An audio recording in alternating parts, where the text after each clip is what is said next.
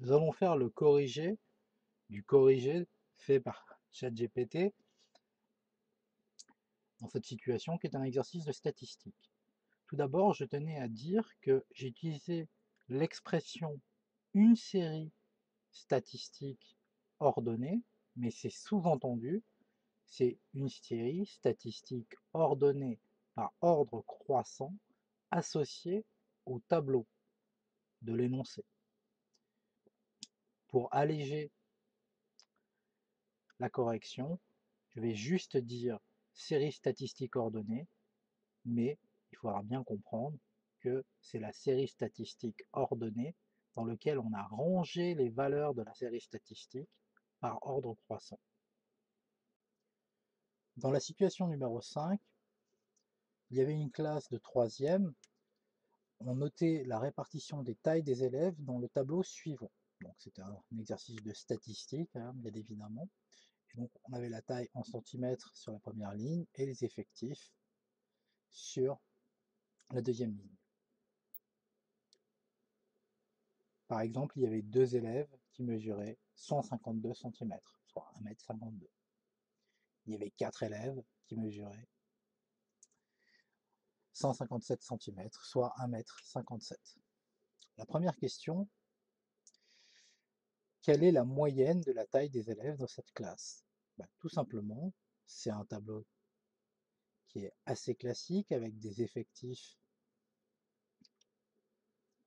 différents pour différentes tailles et par conséquent, ce que l'on va utiliser, c'est la formule de la moyenne pondérée. Par conséquent, on va faire, ce qui concerne le numérateur de la moyenne pondérée, on va faire 152 fois 2 plus 157 fois 4 plus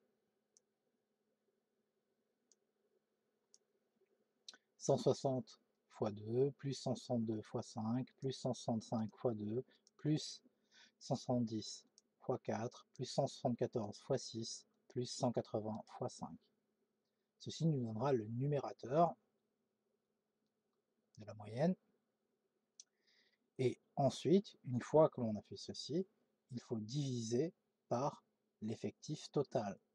Autrement dit, 2 plus 4 plus 2 plus 5 plus 2 plus 4 plus 6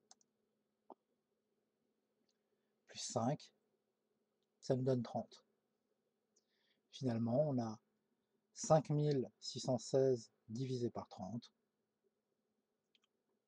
et nous obtenons le résultat de 167,2 cm. Ne pas oublier d'indiquer l'unité. C'est un exercice qui est assez long parce que ça prend beaucoup de temps de taper cela à la calculette, ce qui fait qu'il est assez bien noté. Ici, par rapport à ce qu'a indiqué ChatGPT, il a oublié de dire que c'était une moyenne pondérée. Toutefois, il a bien utilisé la formule, son calcul est juste, et dans ce cas-là, même s'il y a peu d'explications, laissant la difficulté de faire ça si c'était un élève, il aurait eu 4 points sur 4, même si sa rédaction n'était pas très bonne, car on sait qu'il perd beaucoup de temps à taper ce genre de calcul à la calculette. Maintenant, regardons ce qui a été fait en deuxième partie. Donc, la question c'est, quelle est la médiane des tailles des élèves de cette classe?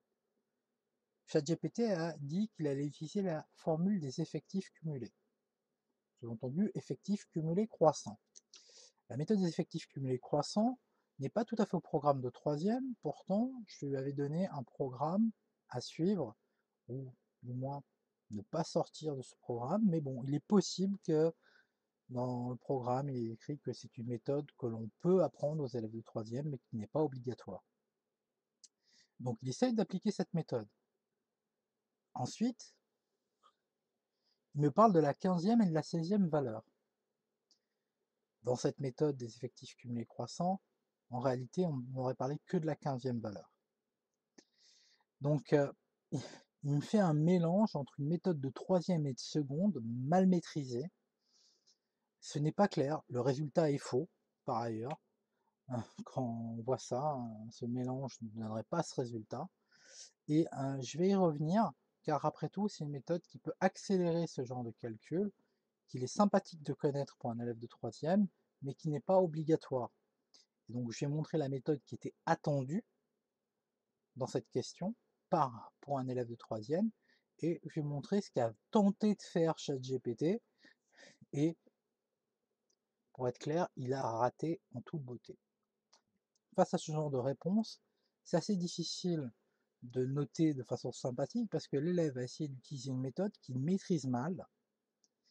Il mélange deux méthodes, pourquoi pas, mais dans ce cas-là, ça n'a aucun sens. Et il répond en fait comme un élève de troisième qui aurait appris des formules de seconde qu'il ne comprendrait pas. Personnellement, faire ça le jour du brevet, c'est pratiquement s'assurer dans 0. Et donc, je donnerai 0 sur 4. Parce que la méthode est fausse, le résultat est faux, et en plus, ce n'est pas une méthode qui est exigible au brevet. Donc ça fait beaucoup.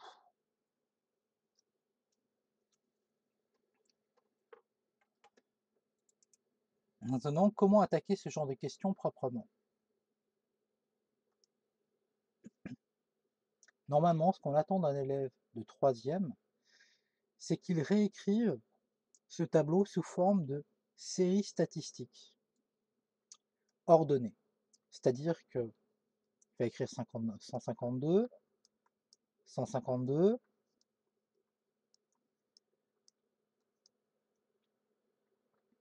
157,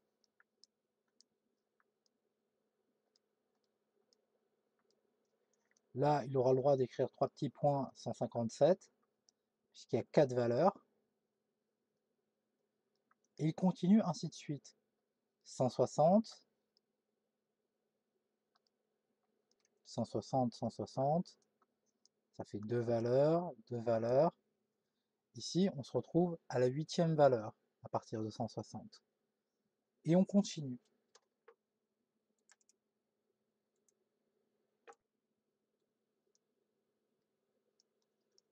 162,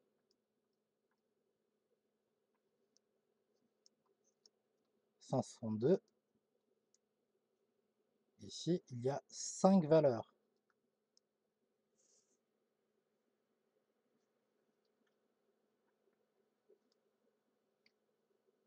165, 165, 165.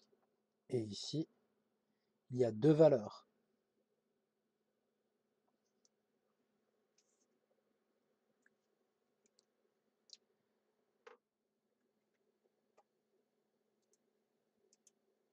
Maintenant, 170,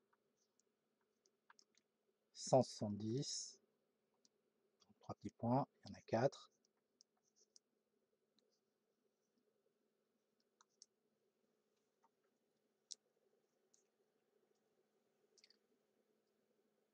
Et vous continuez à réécrire la série statistique jusqu'au bout. 174, 174.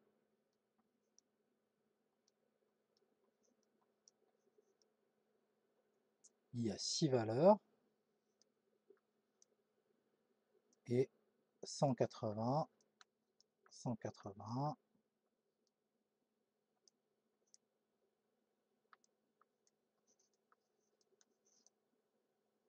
Il y a 5 valeurs. Donc, une fois qu'on a réécrit la série statistique, vous voyez, j'ai joué sur le fait qu'on ne va pas réécrire les 30 valeurs une à une, vous pouvez mettre 3 petits points. Il va falloir trouver le rang de la médiane. Pour calculer le rang de la médiane, il faut calculer l'effectif total. Vous faites une petite phrase, on note grand N, l'effectif total. Et il est égal à 30, on avait calculé la première question, c'est-à-dire 2 plus 4 plus 2 plus 5 plus 2. Je pense que vous voyez ici, hein, 2 plus 4, plus 2, plus 5, plus 2, plus 4, plus 6, plus 5. Une fois que l'on a fait ça, on fait une remarque. Grand N est pair. D'accord? Comme il est pair, la médiane sera la demi-somme entre la valeur de rang grand N sur 2 et celle qui la succède, autrement dit grand N sur 2 plus 1, plus loin plus 1. Ici, on calcule grand N sur 2, ça fait 15, et donc on fait une petite phrase. La médiane est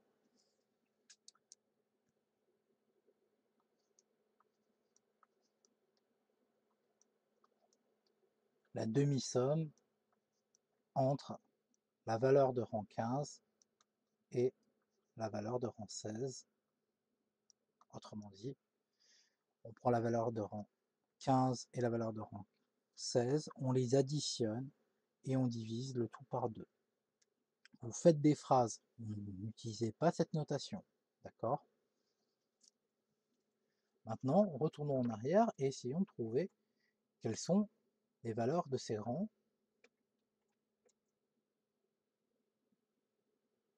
Revenons au point de départ. La série statistique ordonnée associée à ce tableau commençait par 152, et 152 était la valeur de rang 1 et de rang 2, ce qui fait qu'on a deux valeurs. Ensuite, il y avait 4 valeurs de 157, autrement dit, le rang 3, 4, 5 et 6.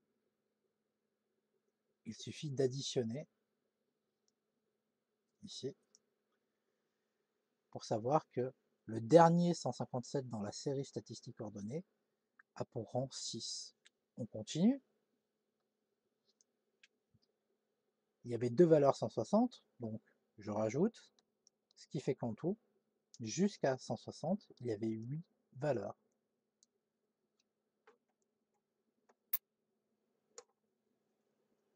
Et je continue le processus. Donc,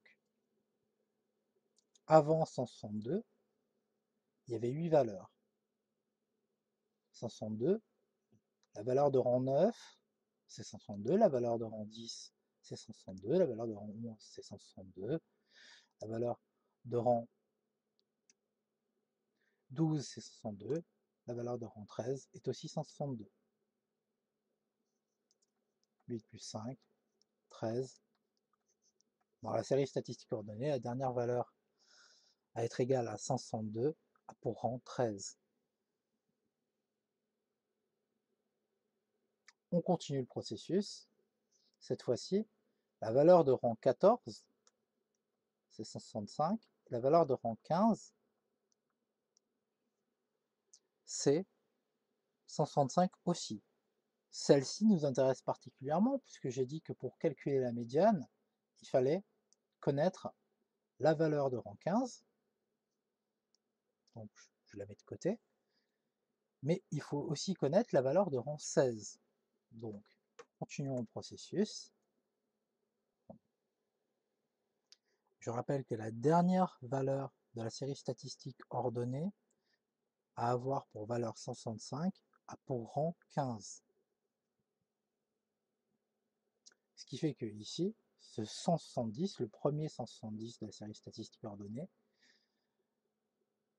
est la valeur de rang 16. Évidemment, ici, il y a la valeur de rang 17, la 18, 19, 20, mais elle ne nous intéresse pas. Car pour calculer la médiane, il nous faut la valeur de rang 15 et la valeur de rang 16. Il ne reste plus qu'à finir l'exercice.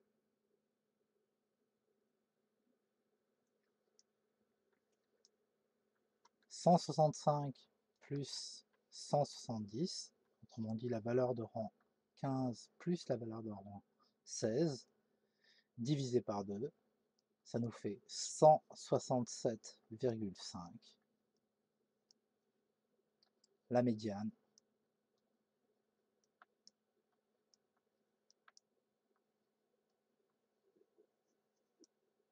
Et donc 167,5 centimètres. N'oubliez pas de reporter les unités. Et ceci clôt l'exercice tel que on souhaiterait que les élèves le fassent en troisième.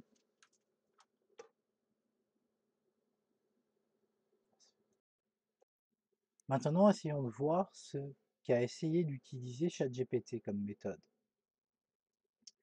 Et je vous conseille de la connaître, même à un niveau troisième, car elle peut accélérer les questions de ce type-là lorsqu'on a un tableau. Pour pouvoir utiliser la méthode des effectifs cumulés croissants, il faut d'abord recopier le premier effectif dans la case des effectifs cumulés croissants. Jusque-là, ça va. Ensuite, dans la deuxième case, on calcule le premier effectif plus le deuxième effectif, soit 2 plus 4, et ça nous fait 6.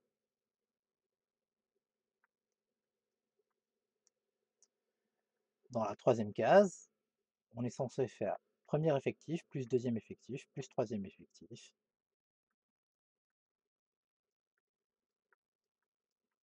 Et ça nous fait 8. On pourra remarquer que pour passer du deuxième au troisième effectif, j'ai juste rajouté 2.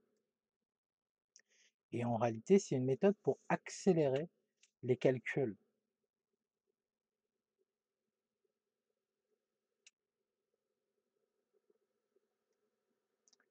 Normalement, dans la quatrième case, on devrait faire 2 plus 4 plus 2 plus 5. Oui, mais on a déjà calculé la somme des 3 premiers effectifs, et ça fait 8. Donc on pourrait directement faire 8 plus 5 égale 13, et on remplit. Et ainsi de suite. 13 plus 2, ça fait 15.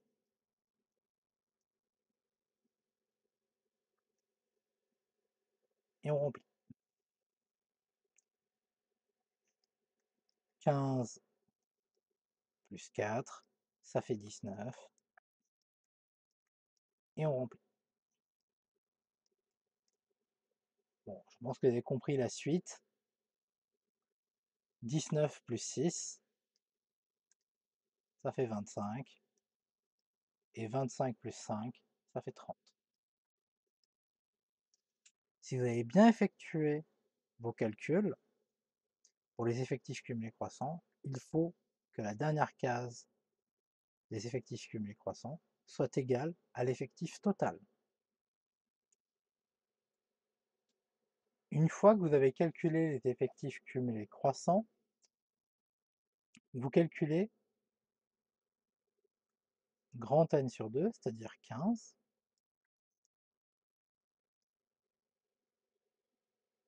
et vous allez comparer les effectifs cumulés croissants avec ce nombre-là, c'est-à-dire 15. Par exemple, dans la première case, est-ce que 2 est supérieur ou égal à 15? Évidemment, c'est faux. Et donc vous remplacez faux ici. Vous continuez le processus. Est-ce que 6 est supérieur ou égal à 15? C'est faux. Et ainsi de suite. Est-ce que 8 est supérieur ou égal à 15? C'est faux. Est-ce que 13 est supérieur ou égal à 15? C'est faux. Et vous arrivez à cette case-là. Est-ce que 15 est supérieur ou égal à 15? Cette case-là. Ben, là, c'est vrai.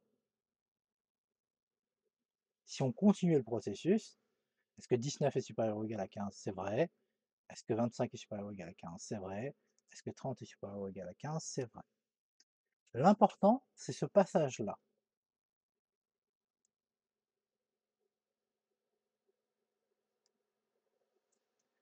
c'est-à-dire quand est-ce que cela devient vrai. Et ce que l'on fait habituellement, c'est qu'on considère que la médiane est la valeur associée au premier effectif cumulé croissant qui dépasse grand N sur 2, ou qui est supérieur ou égal à grand N sur 2. Par conséquent, vrai ici, et la valeur associée, en fait, c'est dans la même colonne. Donc la médiane serait 165 si on utilise la méthode des effectifs cumulés croissants en version allégée, j'aurais envie de dire. Maintenant,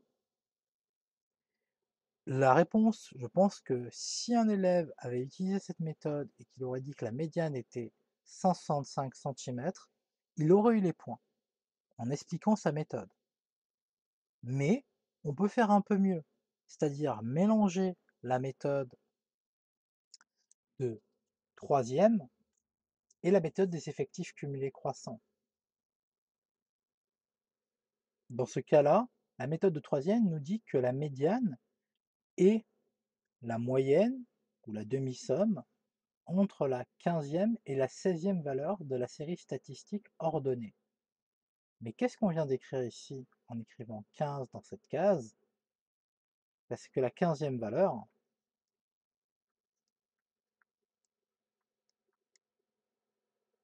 c'est 165. Lorsqu'on écrit 19 dans la case suivante des effectifs cumulés croissants, cela signifie que la 19e valeur de la série statistique est 170, et si l'on compare avec l'effectif cumulé croissant qui est juste avant, 15, ça veut dire que V de 16, autrement dit 16e valeur, ou la valeur de rang 16 de notre série statistique ordonnée, associée à ce tableau, est 170. En réalité, lorsqu'on écrit 15 et 19 ici, cela signifie que la première valeur de la série statistique ordonnée à avoir pour valeur 170, c'est V16, puisque ça vient juste après 15.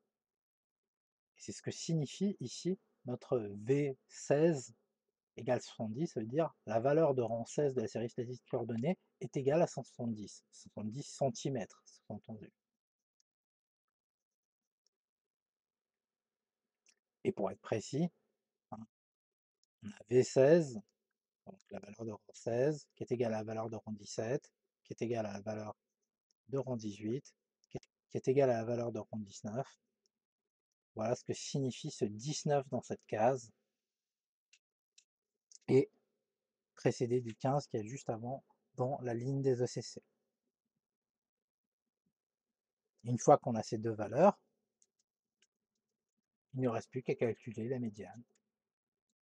La valeur de rang 15 plus la valeur de rang 16 de la série statistique ordonnée associée à ce tableau, divisé par 2, est égal à 167,5. Et vous faites la même phrase que tout à l'heure, la médiane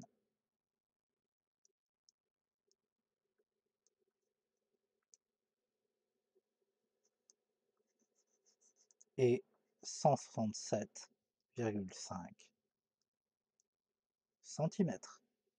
N'oubliez pas les unités, j'ai manqué un peu de place, mais voilà. Et là, vous voyez ce qu'a tenté de faire ChatGPT avec une très mauvaise rédaction.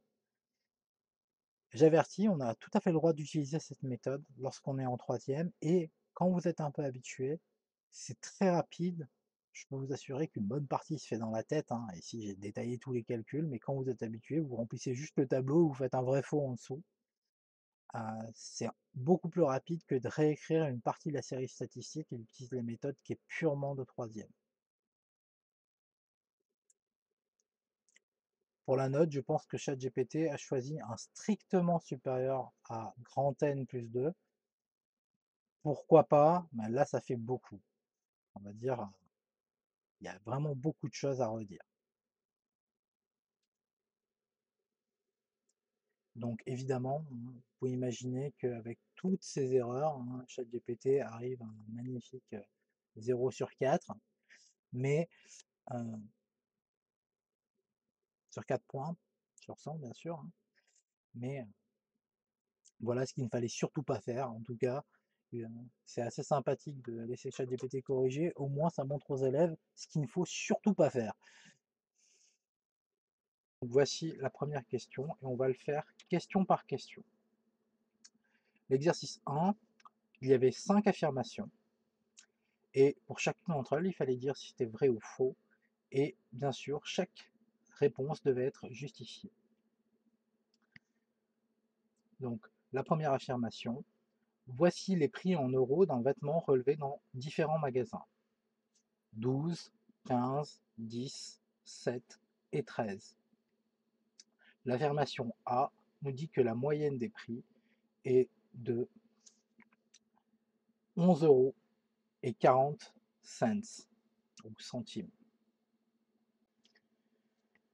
La solution est assez simple parce que pour calculer la moyenne des prix, on utilise la formule la moyenne arithmétique qui est la somme des valeurs divisée par le nombre de valeurs. Ici, nous avons 5 prix différents, donc il va falloir diviser par 5 et on additionne tous les prix. C'est-à-dire que ici, vous pouvez voir, je fais 12 plus 15 plus 10 plus 7 plus 13 et je divise par 5, c'est-à-dire le nombre de prix. Dans un premier temps, nous pouvons calculer le numérateur, ça nous donne 57.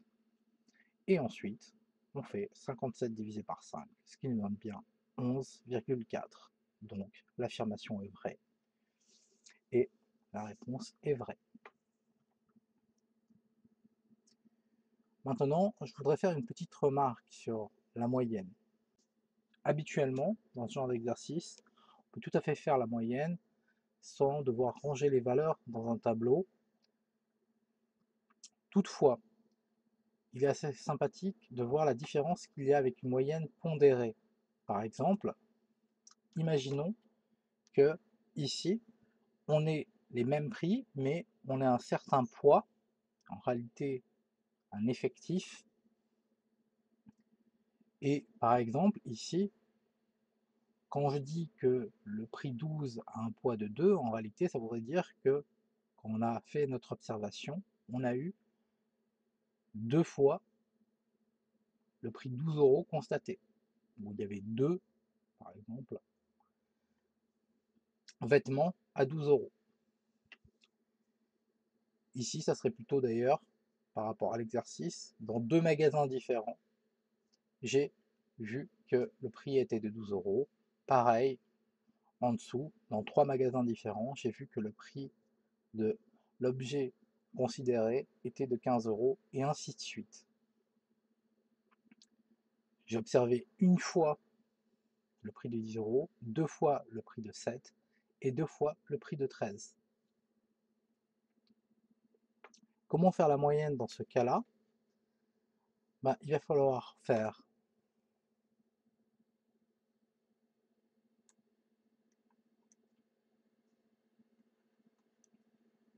12 fois 2 plus 15 fois 3 plus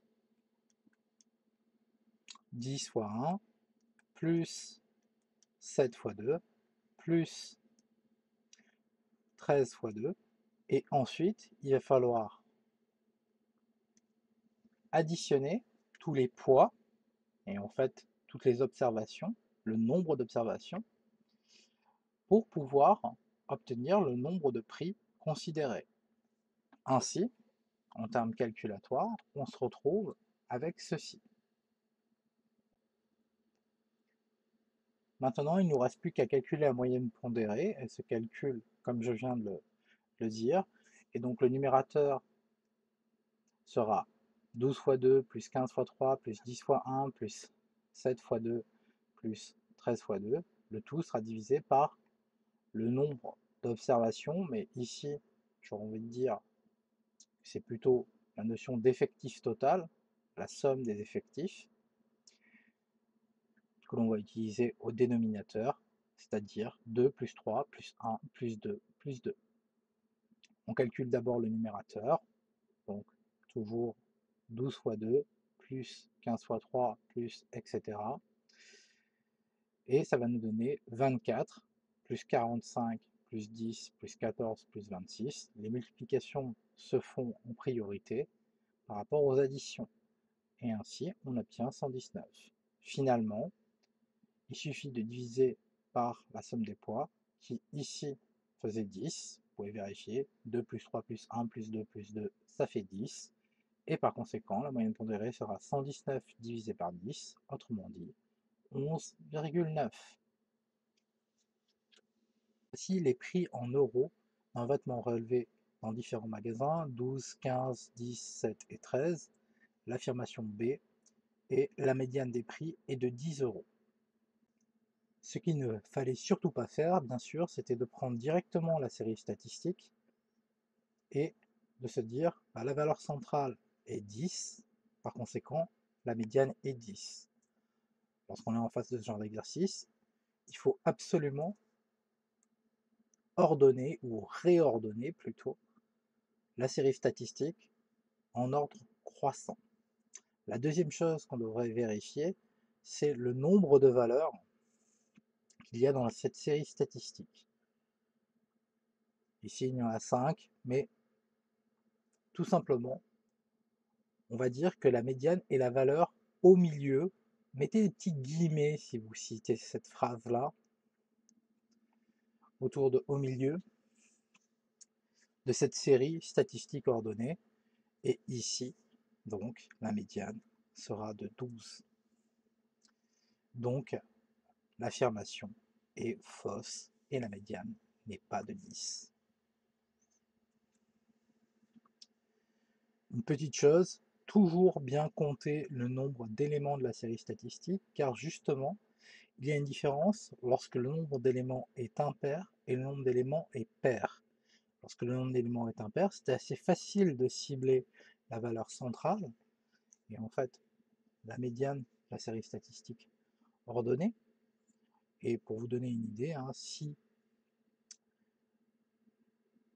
n est un nombre impair et que la série statistique contient n éléments, alors la médiane sera la valeur de rang n plus 1, le tout divisé par 2. Vous voyez ici, il y avait 5 éléments. 5 plus 1 divisé par 2, ça fait 3.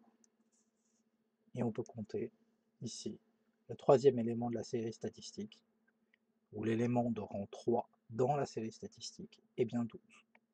C'est une petite remarque. Maintenant, justement, il faut absolument connaître le cas où le nombre d'éléments est pair. La médiane est la valeur qui sépare une série statistique de données en deux parties égales. Si le nombre de valeurs est impair, la médiane est la valeur du milieu en quelque sorte, et elle est facile à trouver, comme je viens de le faire. Maintenant, si le nombre de valeurs est pair, la médiane va être la moyenne des deux valeurs centrales, à condition que ceci ait un sens d'ailleurs. On devrait toujours préciser que ceci doit avoir un sens. Donc ici, par exemple, j'ai donné un exemple dans lequel on était dans le même cadre, on avait relevé des prix de vêtements et on avait eu ceci comme prix de vêtements relevé, 12, 15, 10, 7, 13 et 8. Maintenant, on va réordonner les prix. Ça, c'est la première chose qu'il y a à faire, que le nombre d'éléments de la série statistique soit pair ou impair, peu importe. On est censé réordonner les prix pour trouver la médiane. Et ensuite, ici, il va falloir compter le nombre d'éléments, et il y en a 6. 6 est un nombre pair. Vous pouvez compter les éléments, 1, 2, 3, 4, 5, 6, sans problème. Et vous pouvez même noter les rangs des éléments. 1, 2, 3,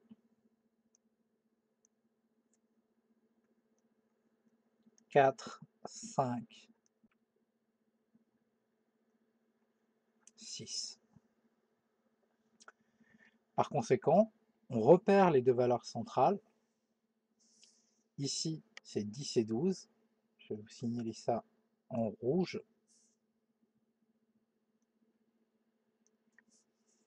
Donc les deux valeurs centrales sont 10 et 12. La médiane est donc la moyenne de ces deux valeurs. Parfois on utilise le terme de demi-somme pour éviter d'utiliser le mot moyenne pour définir la médiane. C'est pas très joli du point de vue, on va dire, de la pédagogie.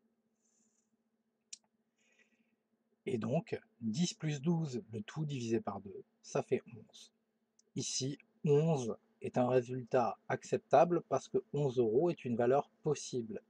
Maintenant, lorsque j'ai dit que si le nombre de valeurs est pair, on doit faire la moyenne entre les deux valeurs centrales, j'ai fait une remarque en disant si cela a du sens. Imaginez, je ne sais pas, que 11 n'existe pas. On pourrait imaginer par exemple que c'est des numéros de vêtements, un certain type de vêtements, et que en fait, le numéro 11 n'existe pas. Imaginez par exemple que vous ayez plutôt des modèles de PlayStation ou quoi que ce soit, et admettons hein, que dans les deux valeurs centrales, voilà, vous avez la PlayStation 1, la PlayStation 2, la PlayStation 3, la PlayStation 4. Normalement, si je fais la médiane, je devrais obtenir la PlayStation 2,5, à condition que tous les effectifs soient égaux à 1, par exemple, ou soient égaux entre eux. Mais la PlayStation 2,5 n'existant pas, on prendra la valeur la plus grande des deux. Ça sera une habitude, lorsqu'on fait un calcul de médiane, il n'y aura pas ce piège le jour du brevet.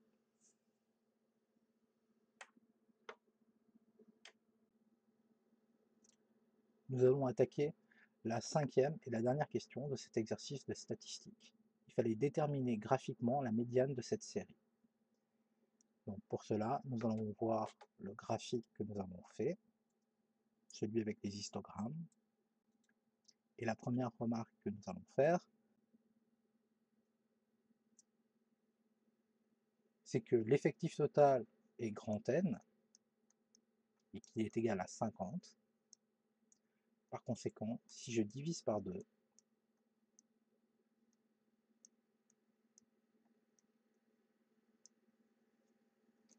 on obtient 25. Je vais tracer la droite horizontale d'équation y égale 25.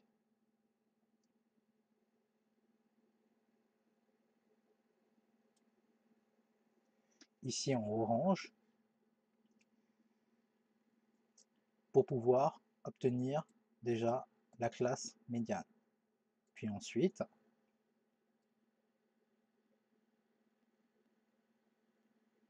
je descends à la verticale et par conséquent, je vois que M, la médiane, appartient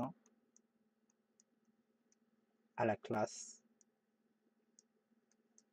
11, 14, 11 compris, 14 exclus, et par conséquent, la classe médiane est 11, 14, mais on peut oser être un peu plus précis.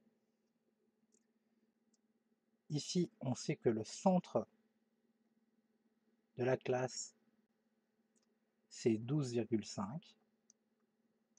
Et on voit par conséquent que M est légèrement en dessous.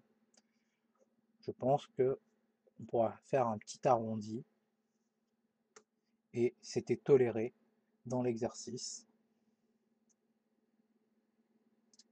Donc passons à la rédaction.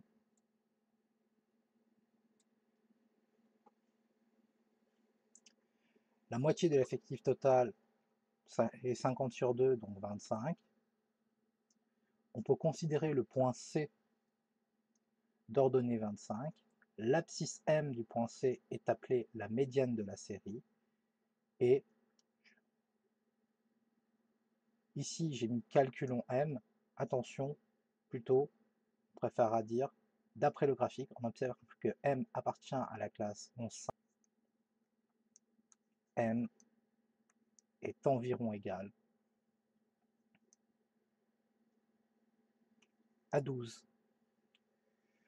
On aurait pu écrire 11,7, hein, si vous avez du papier millimétré, il y a de grandes chances que vous ayez quelque chose légèrement en dessous de 12, et l'exercice se finissait ainsi. Alors, vous voyez ici, j'ai mis calculons m. Ça veut dire qu'il y a une possibilité de calculer m. Revenons au graphique. Si je place ces deux points que je vais appeler A et B, le point que j'ai appelé C est celui-ci. On voit bien que C appartient au segment AB, et par conséquent que A, C et B sont alignés. Par conséquent, le coefficient directeur de la droite AB est le même que le coefficient directeur de la droite AC. Et c'est ce qui va nous permettre de calculer petit m. Donc, on continue la rédaction. De plus, AC et B sont 3 points alignés, car C appartient au segment AB. Donc, AC et B appartiennent à la même droite. Les droites AB et AC étant confondues, elles ont le même coefficient directeur. Et vous connaissez les formules de coefficient directeur pour les droites AB et AC. Elles vont être données respectivement par, pour la droite AB, YB moins YA, le tout divisé par XB moins XA, et pour le coefficient directeur de la droite AC. Ainsi, nous avons l'égalité suivante. Il ne reste plus qu'à remplacer par les valeurs. Je peux revenir sur le graphique, histoire de bien vous montrer. On peut tout à fait lire sur le graphique les coordonnées du point A et du point B. En fait, dans la vidéo précédente, je n'avais pas donné ces lettres-là, mais j'avais montré comment on pouvait lire les coordonnées. On voit que l'abscisse du point A est 11 et l'ordonnée est 22. Et pour B, on voit que l'abscisse est 14 et l'ordonnée est 34. Si je reviens à ceci, on a le point A qui a pour coordonnée 11, 22, et on a le point B qui a pour coordonnée 14, 34. Bien sûr, les notations sont standards. XA signifie l'abscisse du point A et YA signifie l'ordonnée du point A. Pareil pour XB qui signifie l'abscisse du point B et YB qui signifie l'ordonnée du point B. Ainsi, en remplaçant, on obtient 34 moins 22, le tout divisé par 14 moins 11, qui est égal à 25 moins 22, le tout divisé par m moins 11, car m, la médiane, est l'abscisse du point petit c. Il ne reste plus qu'à résoudre cette équation. En premier temps, on effectue les calculs. 34 moins 22, ça fait 12. 14 moins 11, ça fait 3. Et bien sûr, 25 moins 22, ça fait aussi 3. On se retrouve avec ceci. Bien sûr, on va effectuer un produit en croix.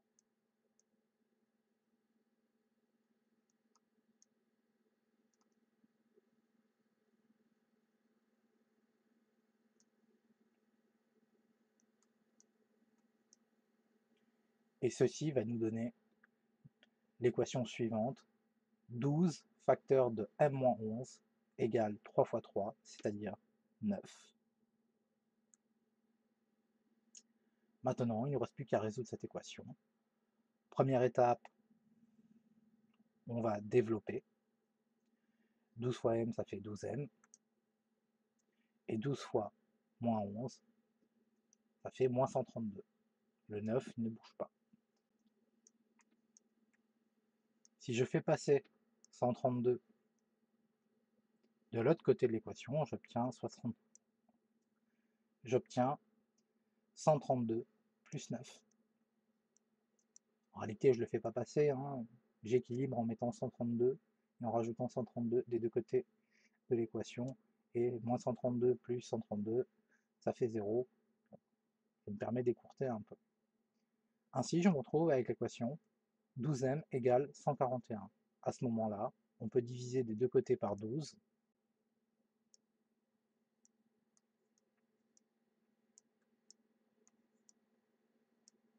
Pour obtenir la valeur de m. Puisqu'ensuite, on simplifie. 12 divisé par 12, ça fait 1. Et donc 12m divisé par 12, ça fait m. Il ne reste plus qu'à sortir la calculette et ça me donne 11,75. Ainsi, m est égal à 11,75 par le calcul. Et on peut faire la phrase de conclusion, d'où la médiane m égale 11,75, ce qui était cohérent avec le résultat précédent par lecture graphique qui était environ m égale 12. Bien sûr, ceci n'était pas nécessaire, mais si la question avait été trouver la valeur de m par calcul, ou trouver la valeur de m algébriquement, voilà ce qui serait attendu. Il y a même plus fort. Je vais replacer les points A, B, et je vais retracer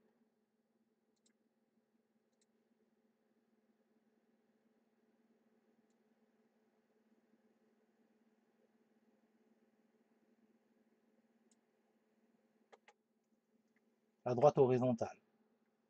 Le point d'intersection entre le polygone des fréquences cumulées et la droite horizontale sera le point C.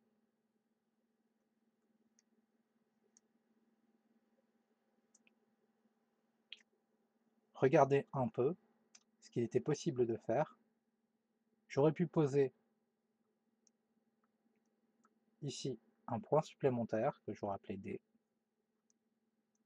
Donc l'intersection en fait de cette droite horizontale et, j'aurais envie de dire, de la hauteur d'une des hauteurs du rectangle. Et j'aurais pu poser ici un cinquième point E. Regardez si je zoome, ça devrait vous rappeler quelque chose.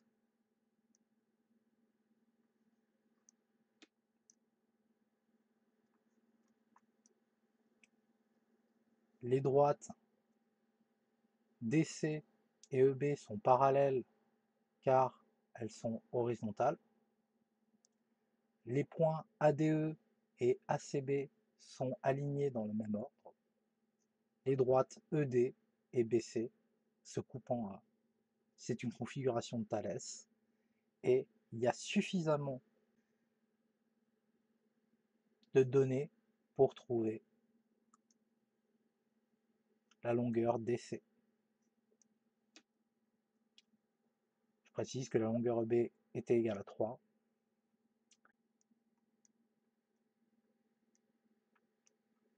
Est égale à 34 moins 25, car la droite en orange ici, que j'ai tracée, est une droite horizontale d'équation y égale 25.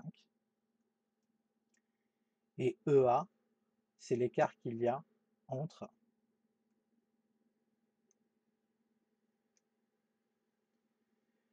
les deux fréquences cumulées, 34 moins 22, autrement dit 12.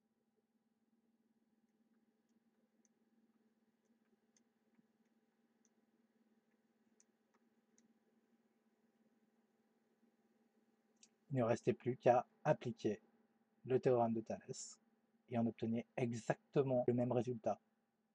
Je vous laisse le faire.